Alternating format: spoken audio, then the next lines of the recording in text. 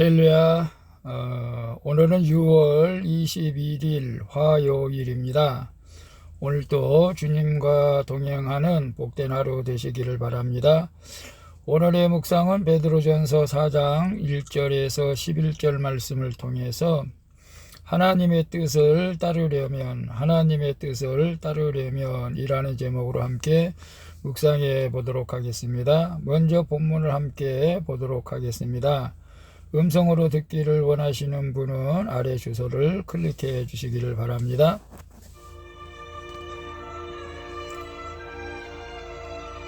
(4장) 1절. 그리스도께서 이미 육체의 고난을 받으셨으니 너희도 같은 마음으로 갑옷을 삼으라. 이는 육체의 고난을 받은 자는 죄를 그쳤음이니 2절. 그 후로는 다시 사람의 정욕을 따르지 않고 하나님의 뜻을 따라 육체의 남은 때를 살게 하려 함이라. 3절. 너희가 음란과 정욕과 술취함과 방탕과 향락과 무법한 우상 숭배를 하여 이방인의 뜻을 따라 행한 것은 지나간 때로 족하도다. 4절.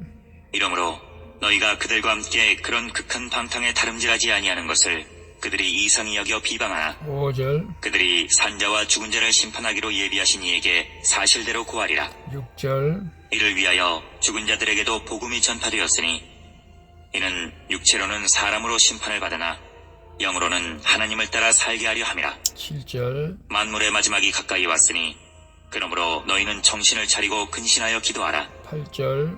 무엇보다도 뜨겁게 서로 사랑할지니 사랑은 허다한 죄를 덮느니라. 9절. 서로 대접하기를 원망 없이 하고 10절. 각각 은사를 받은 대로 하나님의 여러 가지 은혜를 맡은 선한 청지기같이 서로 봉사하라. 11절. 만일 누가 말하려면 하나님의 말씀을 하는 것 같이 하고 누가 봉사하려면 하나님이 공급하시는 힘으로 하는 것 같이 하라.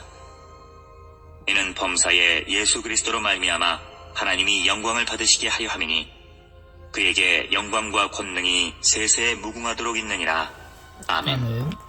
11절까지만 봤습니다. 본문 요약은 이렇습니다. 그리스도께서 이미 육체의 고난을 받으셨으니 우리도 같은 마음으로 사람이 정욕을 따르지 말고 하나님의 뜻을 따라 육체의 남은 때를 살아야 한다고 말합니다. 그리고 정신을 차려 근신하여 하고 서로 뜨겁게 사랑함으로 불평하지 말고 극진히 대접해야 한다고 합니다. 또한 선한 청지기같이 봉사함으로써 범사에 하나님께 영광을 돌려야 한다는 내용입니다. 질문과 묵상하기 1. 내가 아직 끊어내지 못한 채 따르고 있는 사람의 정욕은 무엇입니까? 1절에서 3절 말씀을 보면 그리스도께서 고난을 받으셨기에 그분을 믿고 따르는 성도도 고난받는 것이 당연하다고 말하죠. 그래서 우리는 그리스도께서 고난을 받을 때 가지셨던 생각과 정신을 본받아 그와 같은 마음으로 무장하면 어떤 일이라도 승리할 수 있게 될 줄로 믿습니다.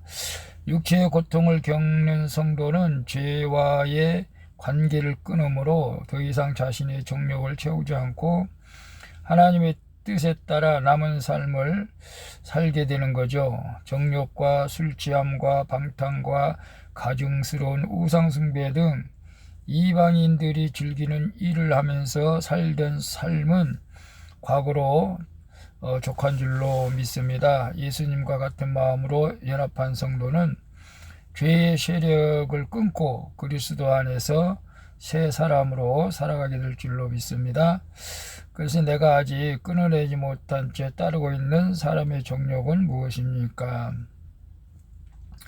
글쎄 아직도 예수 믿기 전에 행했던 하나님께서 기뻐하지 않는 일들을 계속했다면 그것이 아직도 우리가 끊어내지 못한 사람의 정욕이라고 생각할 수가 있겠죠. 이런 것들이 끊어내지 못한다면 오늘 큐티할 때 다 끊어낼 수 있기를 바랍니다. 저도 남보다 항상 더 잘 되기를 바라는 인간의 욕심이 있었는데 그것이 내 사람의 정욕이라면 저도 내려놓고 하나님의 뜻에 따라서 목회하고 성전 건축하는 것이 참 꿈이고 희망이 목회자들의 희망이지만 그것도 내 욕심이라면 내려놓고 하나님의 뜻을 따라 살기를 소망합니다. 오늘 우리가 더 이상 예수 그리스도 믿기 전에 죄의 세력을 끊어버리고 이제 그리스도 안에서 새 사람으로 살아가는 우리 모두가 됐으면 좋겠습니다. 2번 봅니다. 누군가 나의 거듭난 모습을 보고 조롱하거나 비난하는 적이 있습니까? 그럴 때 어떻게 반응했습니까? 4절에서 6절 말씀에 보면 이방인들은 성도가 자신들과 함께 방탕한 일에 어울리지 않는 것을 이상히 여겨 비난하죠. 성도가 죄를 멀리하는 모습 때문에 이방인에게 비난받는 것은 어찌 보면 당연한 일이죠. 하지만 이렇게 성도를 비방하는 사람은 산자와 죽은 자를 심판하시는 하나님 앞에서 자기 악한 말과 행동을 사실대로 고백해야 할 때를 맞닥뜨리게 될 것입니다. 성도는 육체적으로 죽음을 경험하겠지만 영적으로는 하나님을 따라 영원히 살게 되죠. 그러므로 말씀을 따라 사는 성도가 진정 두려워해야 할 것은 믿지 않는 자들의 비난과 핍박이 아니라 하나님의 심판인 줄로 믿습니다. 그래서 누군가 나의 거듭난 모습을 보고 조롱하거나 비난한 적이 있습니까? 여러분이 거듭난 모습을 보고 많은 사람들이 특별히 세상에서 볼 때는 술, 담배 끊었을 때 많은 사람들이 비방하죠. 며칠 가나 보자. 어떻게 하나 보자. 그래서 많이 유혹하죠. 어떨 때는 금식할 때도 유혹할 때도 있습니다. 그러나 그런 것들이 우리를 비난하는 것은 오히려 하나님 앞에서 칭찬이 될 줄로 믿습니다. 그럴 때 더 감사하고 더 말씀 안에서 굳게 서야겠다는 다짐을 하시고 늘 주님과 동행하는 복된 인생이 될 수 있기를 축복합니다. 3. 마지막 날이 가까운 줄 알고 깨어 기도해야 할 것은 무엇입니까? 십자가의 사랑으로 허물과 죄를 덮어주어야 할 지체는 누구입니까? 7절에서 11절에 보면 베드로는 로마의 박해를 받는 성도들에게 세상의 마지막이 가까웠으니 정신을 차리고 삼가 조심하여 기도하라고 말하고 있습니다. 성도는 세상 끝날이 가까이 왔기에 종말론적 신앙을 갖고 하나님과의 관계를 바로 세워야 됩니다. 그럴 때 비로소 지체들을 깊이 사랑하고 상대의 허물과 죄를 덮어줌으로써 무너진 관계를 회복할 수가 있는 것이죠. 아울러 서로 대접할 때는 원망이 아닌 사랑으로 섬기며 선한 청지기로서 하나님께 받은 은사대로 봉사해야 합니다. 말씀 전파나 봉사 등 무슨 일을 하든지 예수 그리스도를 통해 하나님의 영광을 받으시게 해야 할 줄로 믿습니다. 그래서 마지막 날이 가까울 줄 알고 깨어 기도해야 할 것은 무엇입니까?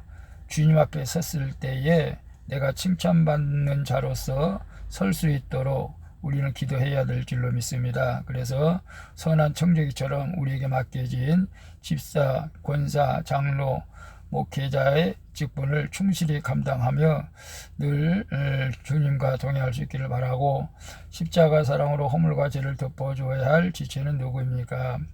여러분, 연약한 성도들이 있습니다. 주변에 연약한 성도들을 특별히 사랑으로 그들의 허물을 덮어주고 사랑으로 감싸주면 좋겠습니다. 또 직장에서 동료들도 그렇게 했으면 좋겠습니다.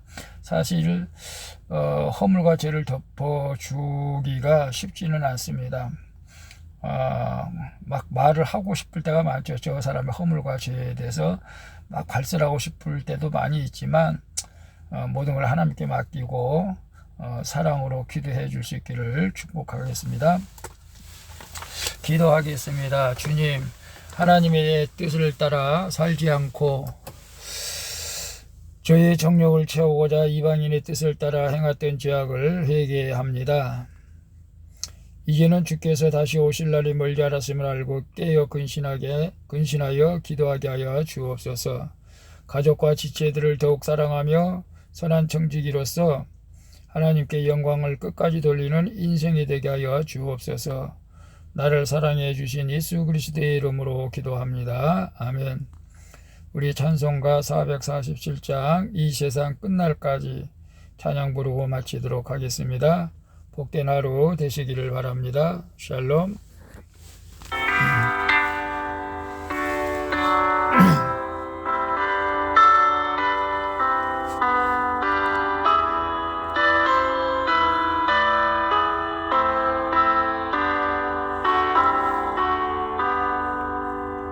이 세상 끝날까지 주 섬겨 살리니 내 친구 되신 주여 늘 함께 하소서. 주 나와 함께 하며 전쟁도 겁없고 주 나를 인도하며 늘 안심하리라. 주를 따를 때에 주 약속하신 것 그 영광 중에 모두 이루어 주소서. 나 주의 길을 따라 섬기며 살리니 그 크신 은혜 속에 날 인도하소서.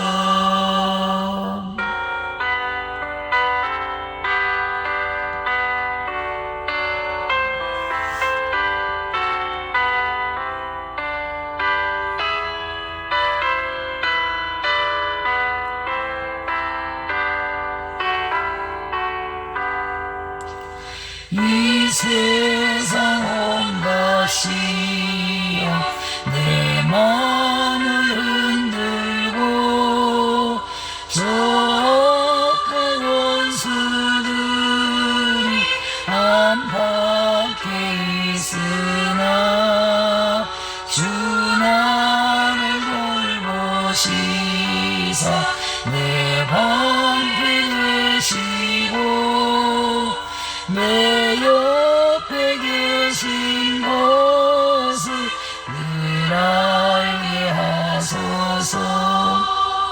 저 영광 빛난 곳을 주 허락했으니 그 허락하신 곳을 늘 사모합니다. 끝까지 쉬지 않고 주 따라가리니 주